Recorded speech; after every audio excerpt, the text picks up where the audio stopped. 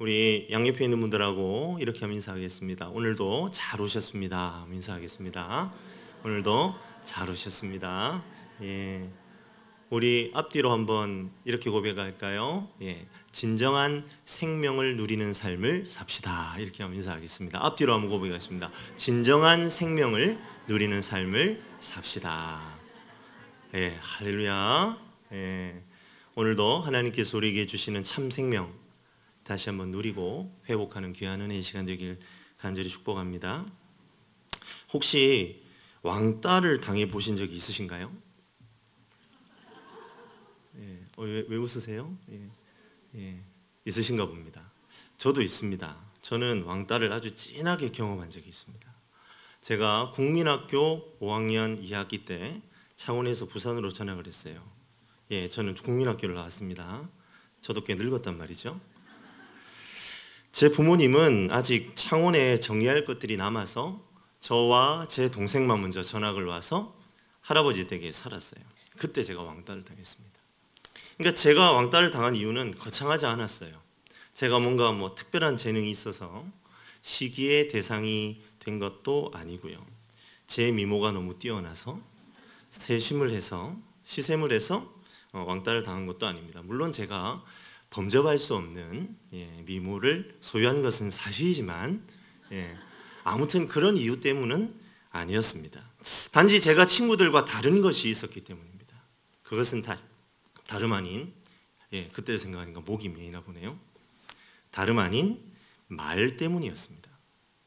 제가 쓰는 말이 달랐어요. 그렇게 된 이유는 두 가지입니다. 첫 번째 이유는 저희 어머니께서 인천 분이셨거든요. 태생적으로 서울말, 표준말, 비스무리한 말을 듣고 자랐어요.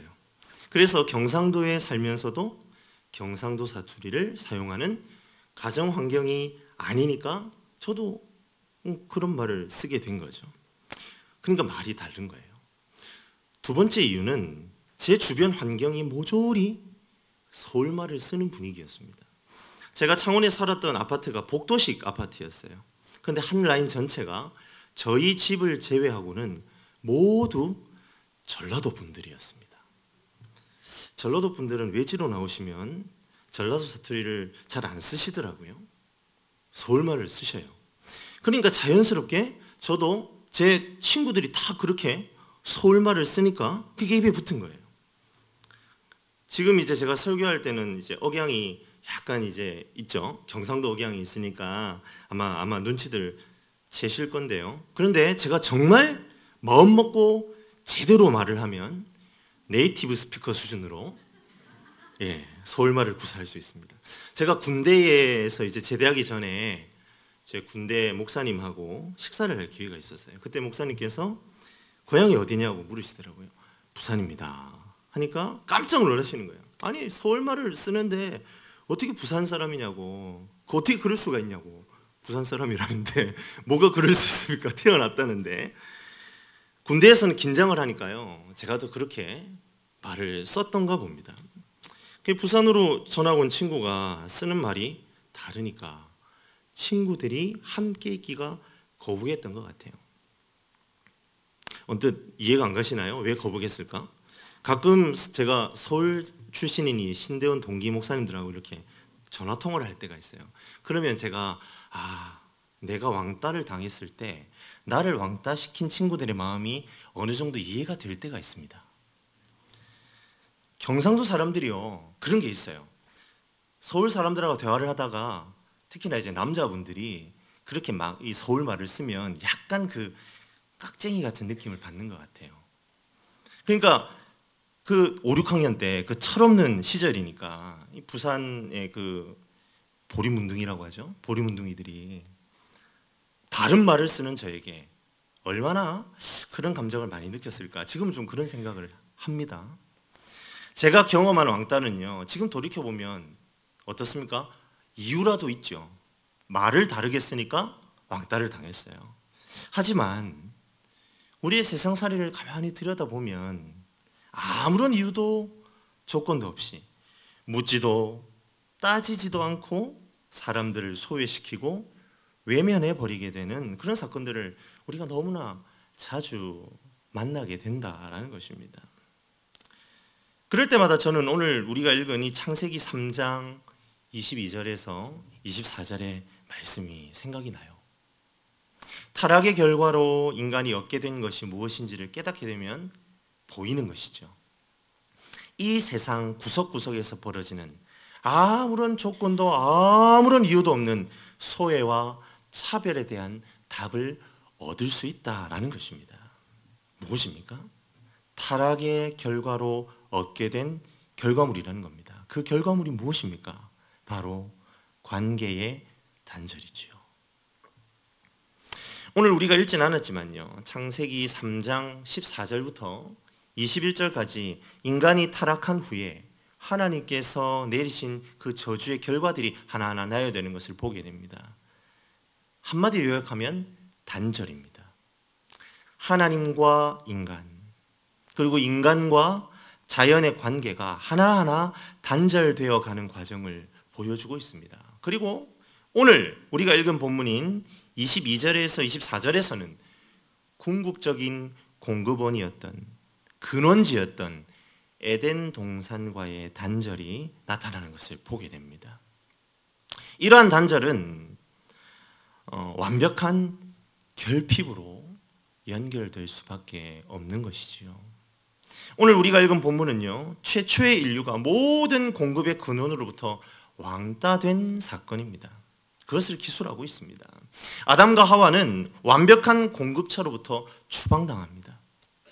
그런데 하나님께서 아담과 하와를 에덴에서 추방하신 것은 단순히 쫓아내신 수준이 아니다라는 것을 우리가 말씀을 가만히 살펴보면 발견할 수 있습니다. 무엇을 말이죠? 하나님은 그저 내보내신 수준이 아닙니다. 그분은 다시는 아담과 하와가 에덴 동산에 발붙일 수 없도록 그 입구를 원천 봉쇄하고 계시는 것을 보게 됩니다. 이것은 단순한 추방이 아니라 완전한 단절인 것이지요. 24절에 어떻게 되어 있습니까? 이같이 하나님이 그 사람을 쫓아내시고 에덴 동산 동쪽에 그룹들과 두루 도는 불칼을 두어 생명나무의 길을 지키게 하시니라. 아멘이 잘 안 되죠, 이런 말씀은. 하나님께서 최초의 인류인 아담과 하와를 내쫓으시고는 동산의 입구를 봉쇄해 버리십니다. 아무리 죄지은 인간이 미워도 말씀이죠. 사랑이 많으신 우리 하나님이 어떻게 이렇게까지 가혹하게 아담과 하와를 다룰 수 있느냐라는 의문이 들 만큼 하나님의 조치는 매우 단호하고 엄중한 것을 보게 됩니다. 그런데 우리가 오늘 말씀을 다시 한번 가만히 살펴보면 하나님께서 에덴 동산의 통로를 철저하게 막으신 것이 단순히 분노하심의 결과가 아니다라는 것을 또한 깨달을 수 있습니다. 무슨 이야기를 하고 있는 겁니까? 하나님은 인간이 에덴 동산에 있는 어떤 한 가지 대상에 가까이 하지 않도록 하기 위해 이런 조치를 취하고 계신다, 이 말입니다. 그 대상은 무엇입니까? 바로 생명나무 열매입니다.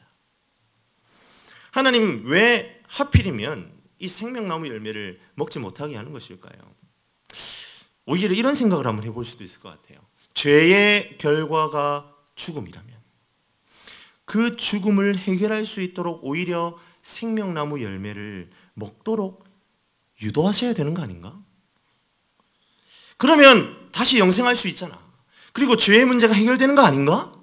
왜 하나님은 생명나무 근처에도 못 가게 하셔서 인간이 죽음으로부터 해방되도록 하지 않으시는 걸까? 그런 생각 말이죠.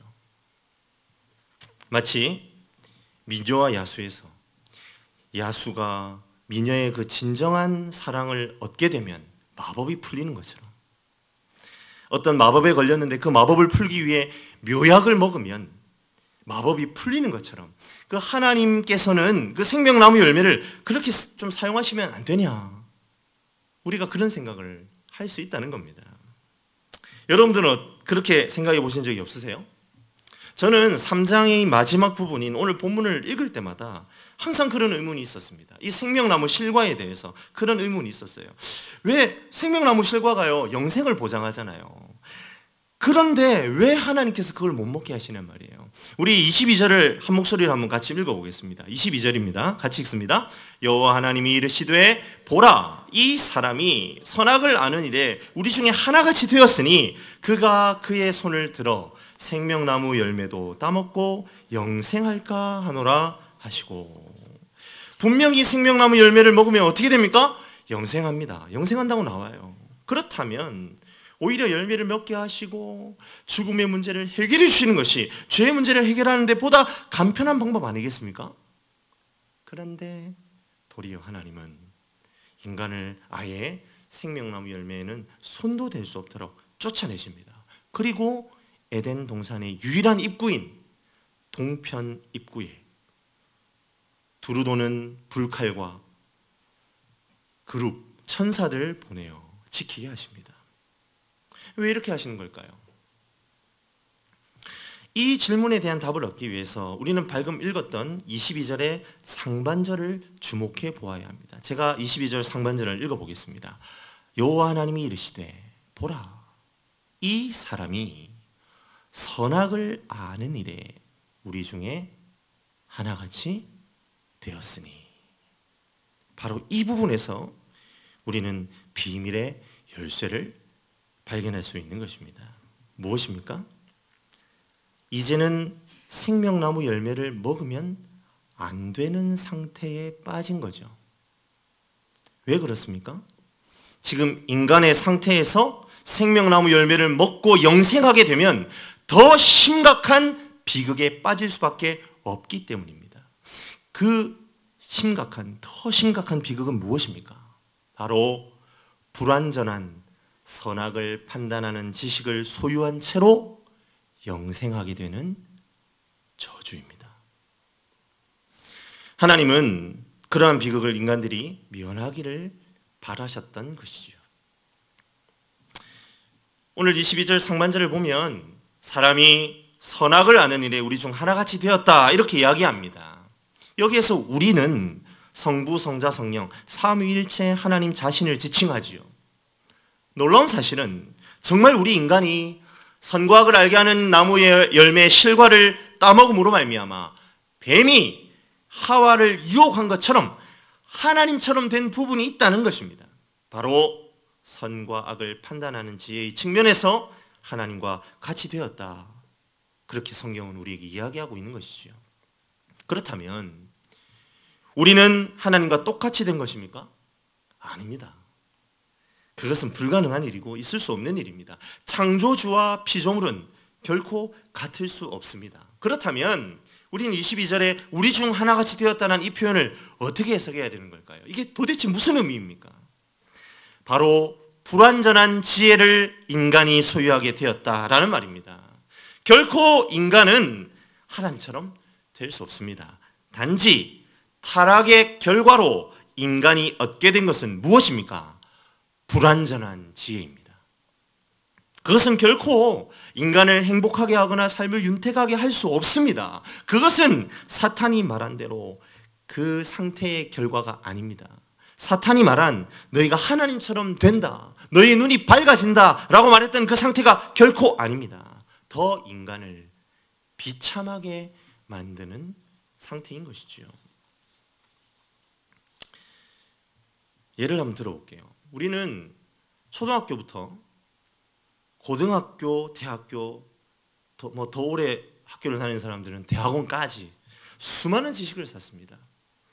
하지만 정작 그 많은 지식들을 가지고 직장에 취업을 하거나 아니면 뭔가 자신의 진로를 앞두고 뭔가 일을 하려고 하면 막상 써먹을 수 있는 게 별로 없다라는 것을 깨달을 때가 많습니다.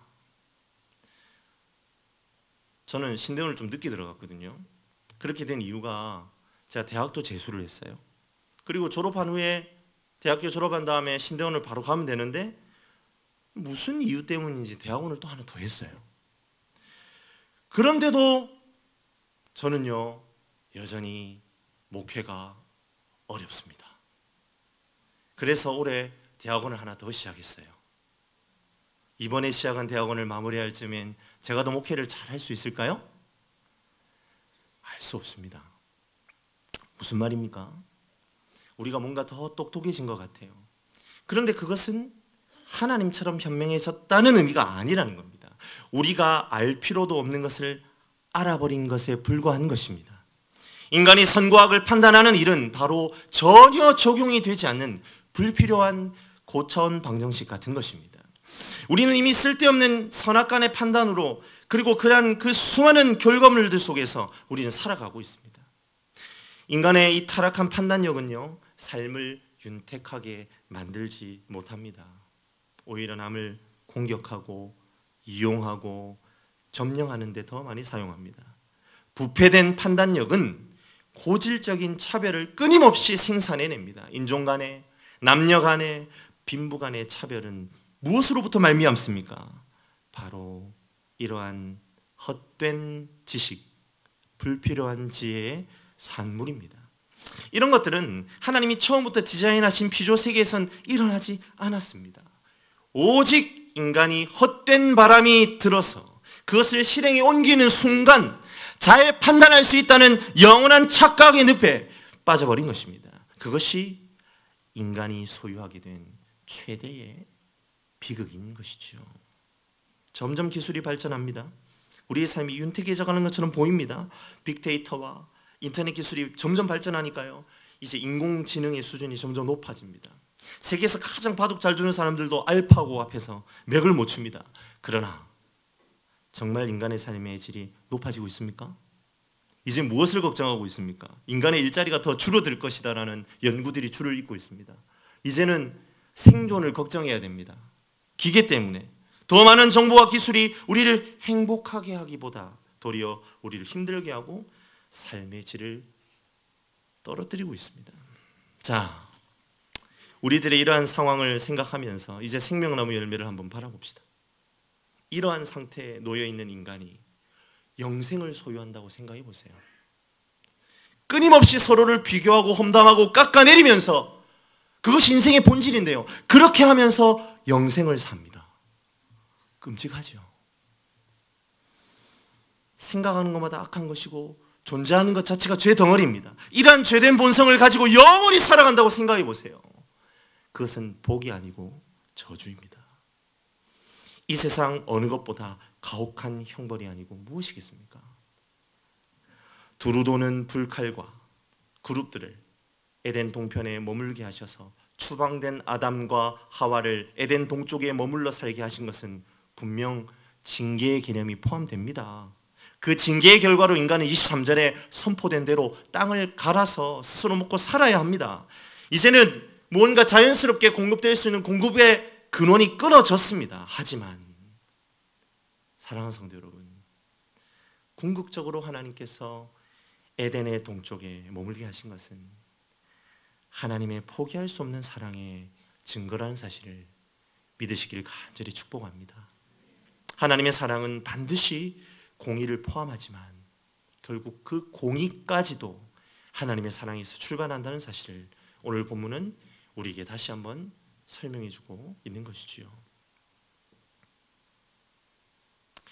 그럼에도 불구하고 사랑하는 성도 여러분, 아담과 하와가 에덴 동산에서 쫓겨나 동편에 거하게 되었다라는 것은 에덴의 동쪽은 비참한 일이고 비참한 현실입니다. 아무리 하나님께서 인간들을 배려하는 차원에서 동산의 입구를 막아버렸다 해도 다시 돌아갈 수 없다라는 것 자체가 아담과 하와에게는 비극입니다.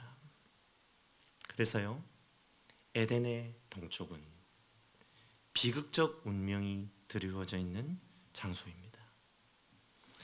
하나님으로부터 내팽개졌다는 소외감과 분노로 가득 채워진 공간입니다. 더불어 에덴의 동쪽은 거듭되는 불행이 이어지는 장소이기도 하지요. 바로 다음 4장에 이어지는 이야기가 어떤 내용입니까? 인생의 첫 번째 살인을 다루고 있는 내용이 아닙니까? 그것도 형인 가인이 동생 아벨을 살인하는 최초의 살인이 벌어지는 장소가 어디입니까? 바로 에덴의 동쪽입니다.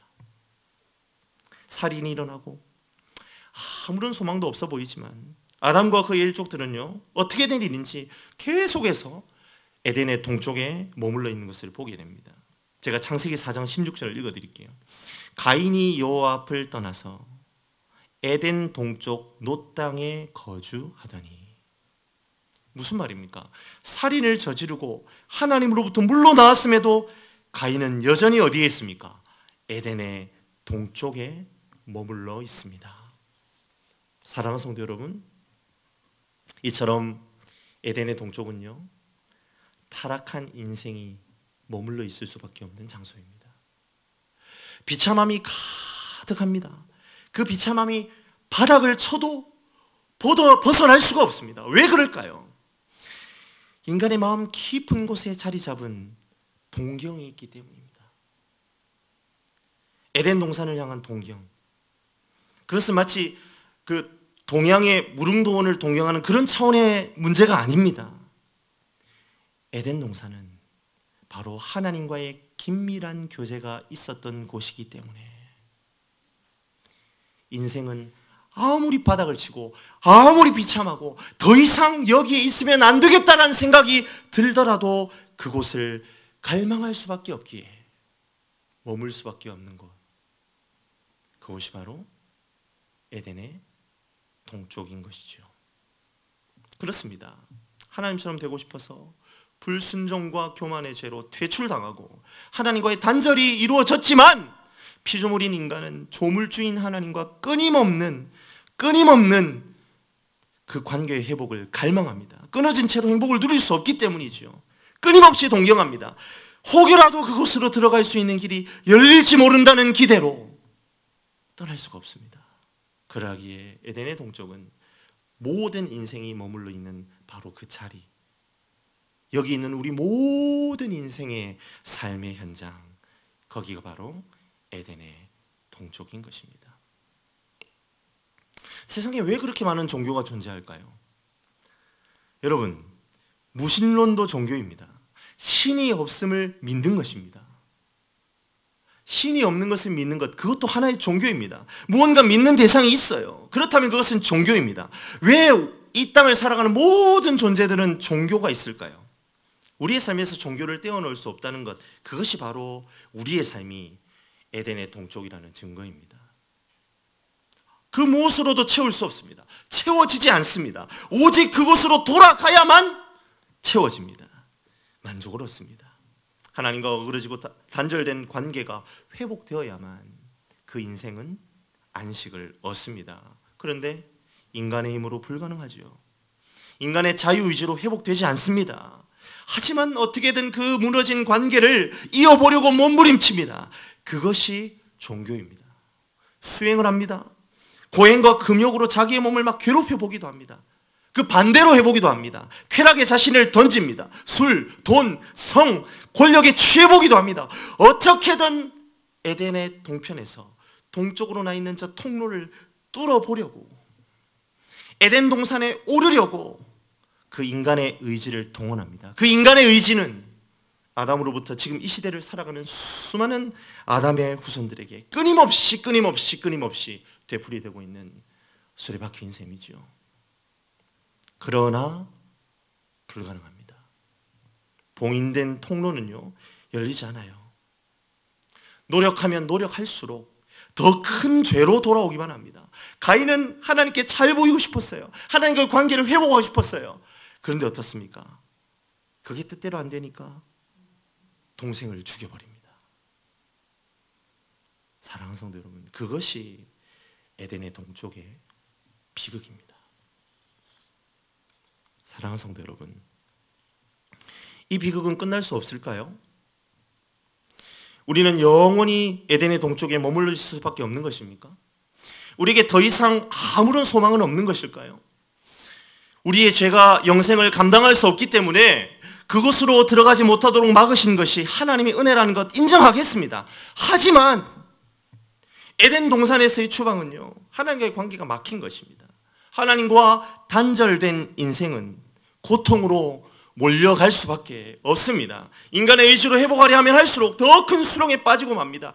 이 지긋지긋한 에덴의 동쪽에서의 삶을 탈출하는 것은 불가능한 것일까요?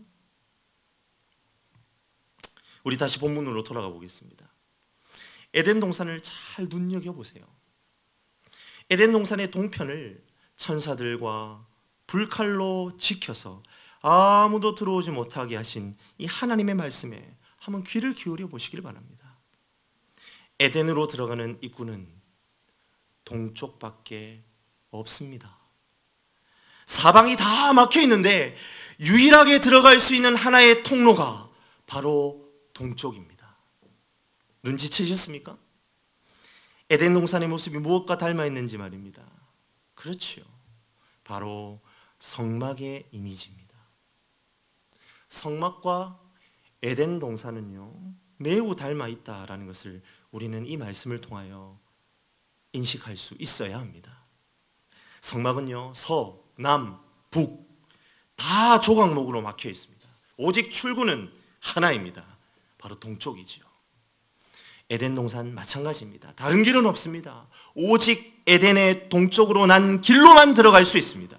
그렇다면 우리는 에덴을 입구가 막힌 성막으로 이해할 수 있습니다. 그리고 그렇게 이해할 때에만 우리는 우리의 삶의 문제를 풀 수 있는 실마리를 붙잡을 수 있습니다. 지금 이 창세기의 독자가 누구입니까? 바로 광야를 지나 가나안으로 가고 있는 이스라엘 백성들이지요. 아마 그때 당시에는 들었다라고 말하는 것이 더 정확하겠지요. 지금 모세가 하나님으로부터 말씀을 받아서 선포하고 있습니다. 선포하고 있는 하나님의 말씀을 듣고 있습니다. 듣다 보니까 에덴 동산과 닮은 것이 자신들의 삶의 중앙에 버티고 있습니다. 아, 저거 성막이네. 사방은 다 막혔고 동쪽만 열려 있는 거, 에덴 동산은 성막이구나. 그렇다면 우리는 들어갈 수 있단 말이잖아. 하나님께서 하나님의 백성 삼으신 우리를 통해 에덴 동산의 회복을 말씀하고 계시는 거잖아. 이렇게 감격하지 않았을까요? 모든 인생이 페인처럼 에덴의 동쪽을 헤매고 있던 그 시절에 오직 이스라엘에겐 하나님께서 그 기나긴 방황을 가름하고 한 줄기의 빛을 던져주고 계신다라는 것을 깨달았을 것입니다.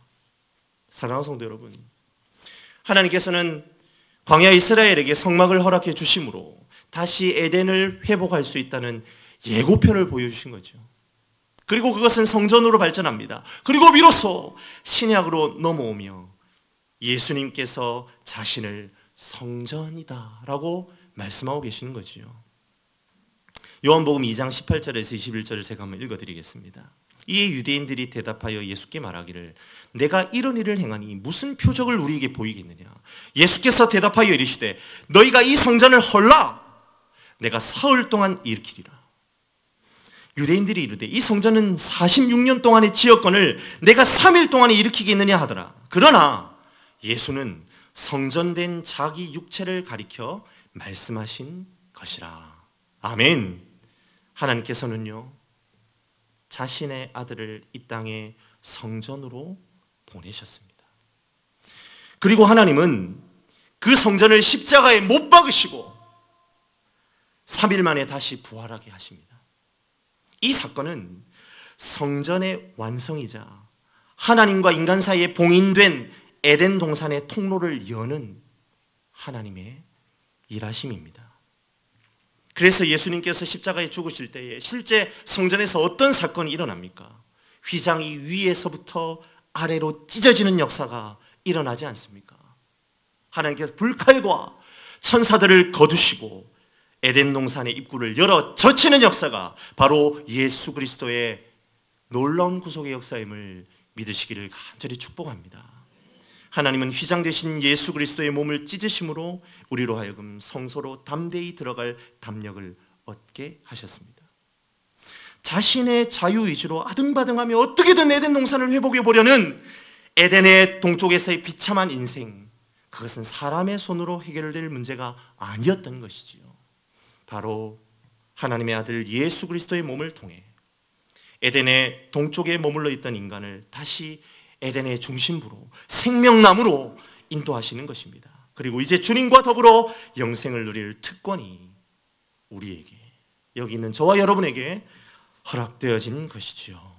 사랑하는 성도 여러분, 에덴의 동쪽은요, 단순히 추방의 공간, 왕따의 공간이 아닙니다.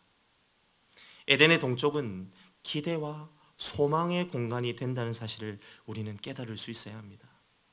그러하기에 에덴의 동쪽은 여러 소설가들이나 많은 영화 감독, 드라마 제작하는 사람들을 통해 표현한 것처럼 타락한 인간이 이빨을 벅벅 갈면서 인간을 저주한 신을 향하여 손가락질을 해대는 저주받은 공간이 결코 아니라는 사실을 기억하시기 바랍니다.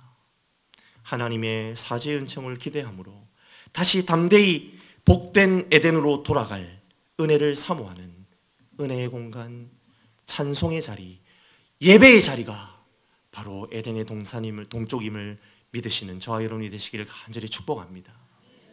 하지만 또 한편으로 에덴의 동쪽이 더 이상 머물러 있어야 할 자리가 아니라는 사실도 반드시 기억하시길 바랍니다.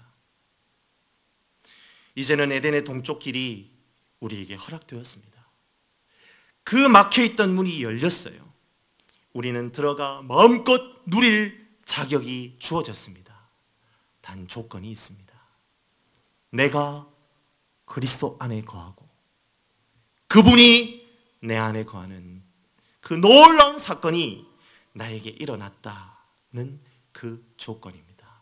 사랑하는 성도 여러분, 하나님께서는 우리가 에덴 동산 변두리에 머물러 있기를 원치 않으십니다. 우리는 에덴의 동쪽에서 영원히 살 사람이 아닙니다. 혹시 지금 내가 서 있는 자리가 에덴의 동쪽이라고 깨달아지는 분이 계십니까? 하나님의 충만한 은혜를 회복하는 시간이 되시기를 간절히 축복합니다. 이제 우리는 생명나무 열매를 취할 수 있는 특권을 얻은 사람입니다. 이 놀라운 비밀을 깨달아 주님과 영원한 생명의 교제권을 회복하고 풍성한 생명의 열매를 얻어 누리는 저와 여러분들이 되시길 주님 이름으로 간절히 축복합니다. 기도하겠습니다.